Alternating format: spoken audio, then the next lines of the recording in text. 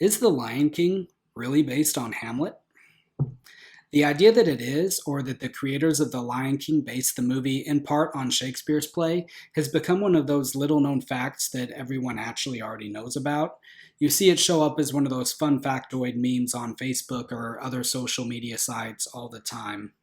And in anticipation of the upcoming live action film, I have to put live action in quotation marks because they're using CGI, not real animals. So I'm not really sure how that merits the name live action. It's kind of weird, but I'm excited to see it anyway. In any case, in anticipation of that film, I thought that it would be a subject worth discussing. So this is going to be a multi-part video study because I have a lot of thoughts on the subject. And in this first video, I want to mostly just talk about The Lion King itself and some of its themes. Because later on, we'll see how those themes tie into the ideas that Shakespeare brings up in his plays. Now, The Lion King is one of my favorite movies. It has been ever since I was a little kid.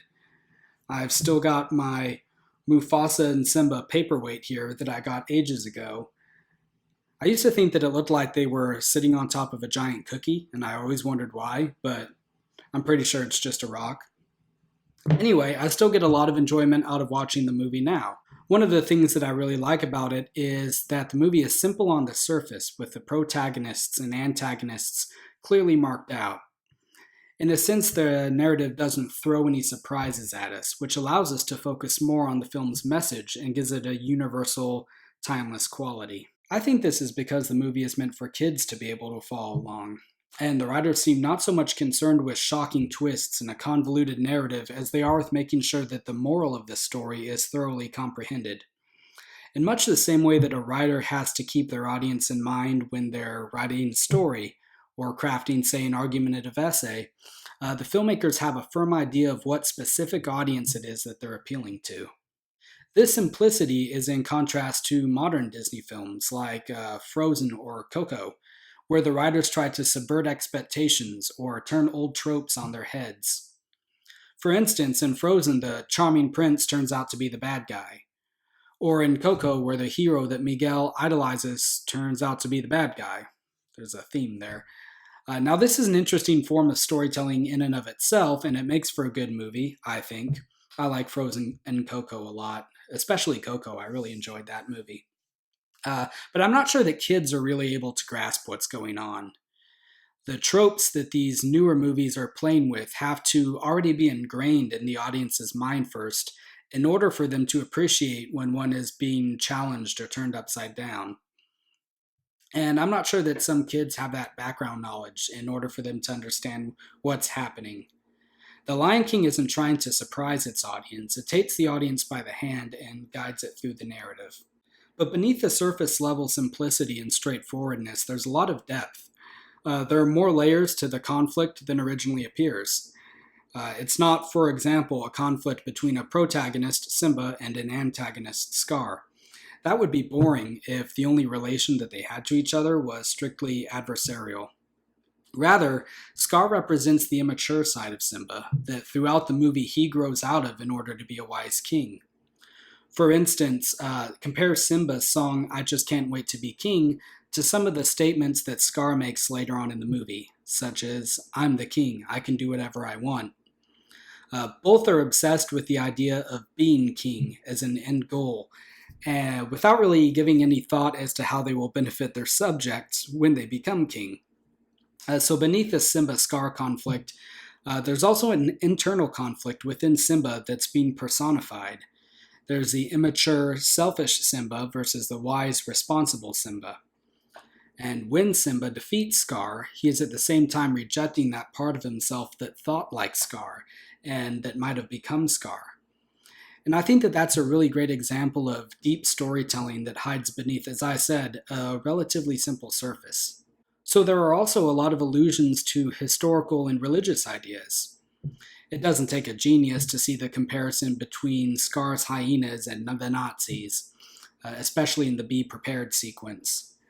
But the relationship between Scar and the hyenas itself, and Scar's method of coming to power, is illustrative of a critique of tyranny that goes all the way back to the Greek philosopher Plato. Plato talks in the Republic about how a tyrant can't allow the people who serve under him to have any worth, because their competence poses a challenge to his tenuous rule. So the city or the kingdom of a tyrant is full of low, miserable, incompetent people because those are the only ones that the tyrant allows to live. And we can see this with the hyenas, right? So they're completely stupid, making dumb jokes all the time, and mostly only care about their animal cravings.